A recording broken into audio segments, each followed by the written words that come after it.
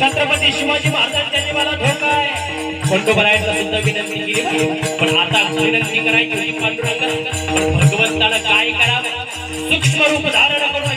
कीर्तनाच्या धर्म मंडपात या आणि जेवढे कीर्तन ऐकत होते प्रत्येकाच्या अंतःकरणामध्ये भगवंताने एक ज्योत निर्माण केली आणि प्रत्येकाच्या अंतःकरणामध्ये ज्योत निर्माण झाल्यानंतर जेवढे कीर्तन ऐकत होते सगळे छत्रपती शिवाजी महाराज आणि जिकडे पाहावं तिकडे छत्रपती शिवाजी महाराज कोण खरे शिवाजी महाराज कळेना आणि जगद्गुरु तुकोबरायांचं कीर्तन चालू होतं आणि कोण कीर्तनात जगद्गुरु तुकोबराय म्हणत होते बरं, एक